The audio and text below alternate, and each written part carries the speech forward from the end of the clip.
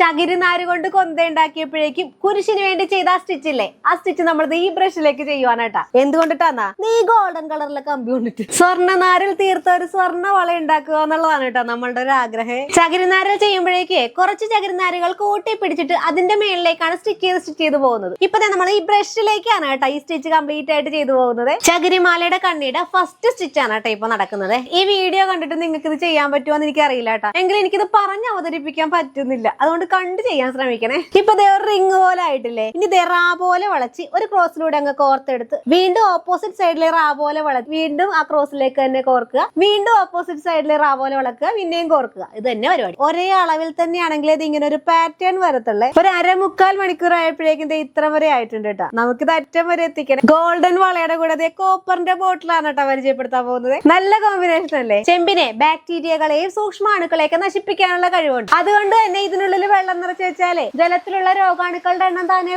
Indian കൾച്ചറിന്റെ തന്നെ ഭാഗമല്ലേ ഇത്. പണ്ട് കാലങ്ങളിൽ ചെമ്പ് പാത്രങ്ങളിലൊക്കെ ആഹാരം കഴിക്കാറില്ലായിരുന്നു. കഴിഞ്ഞ ദിവസം ഒരു ഹോട്ടലിൽ കയറിയപ്പോഴേക്ക് ചെമ്പിന്റെ ഗ്ലാസ്സിലായിരുന്നു കേട്ടോ വെള്ളം തന്നത്. അതവിടെ മുഴുവനായിട്ട് അതിന്റെ ഡീറ്റെയിൽസ് ഒക്കെ ഒന്ന് എഴുതി വെച്ചിട്ടുണ്ടായിരുന്നു. ഭയങ്കരമായിട്ട് ഇഷ്ടപ്പെട്ടു. 1-2 ആഴ്ചയായിട്ട് ഉപയോഗിക്കാൻ തുടങ്ങിയപ്പോഴേക്കും ഏകദേശം ഒരു ചെമ്പിന്റെ കളർ കയറി പറഞ്ഞിട്ട് കേട്ടോ. അത് അഴുക്കല്ല കേട്ടാ, അതിന്റെ ഒരു സെറ്റപ്പ്. ഈ ചെമ്പിന്റെ അംശം നമ്മുടെ ശരീരത്തിന് നല്ലതാണ്, പക്ഷെ അധികമായാൽ ചെമ്പും വിഷാകും. വീഡിയോയിൽ ഉപയോഗിച്ചിരിക്കുന്ന എല്ലാ മെറ്റീരിയൽസും ഞാൻ സ്ക്രീനിൽ തന്നെ ടാഗ് ചെയ്തിട്ടുണ്ട്. എപ്പോഴേക്കും നമ്മൾ ബ്രഷിൽ നിന്ന് റിമൂവ് ചെയ്തെടുക്കുവാണ്. ഇനി ഈ രണ്ടറ്റവും തമ്മിൽ കൂട്ടിമുട്ടിക്കാൻ പോവാണ് കേട്ടോ. സത്യം പറഞ്ഞാൽ ഇത് എങ്ങനെ ജോയിൻ ചെയ്യുമെന്ന് അറിയില്ല. പിന്നെ എല്ലാ പണിയും അറിഞ്ഞിട്ടല്ല ചെയ്യണം. ഇത് ചെയ്തു ശരിക്കും എലാസ്റ്റിക് പോലെ ജസ്റ്റ് ഇങ്ങനെ നമുക്കിങ്ങനെ ജസ്റ്റ് ഒന്ന് നനക്കാട്ടാ. ശരിക്കും പറഞ്ഞില്ല, ഇതൊരു പരീക്ഷണമാണ് കേട്ടോ. അത്രയ്ക്ക് അങ്ങനെ എനിക്ക് ഇഷ്ടപ്പെട്ടിട്ടില്ല.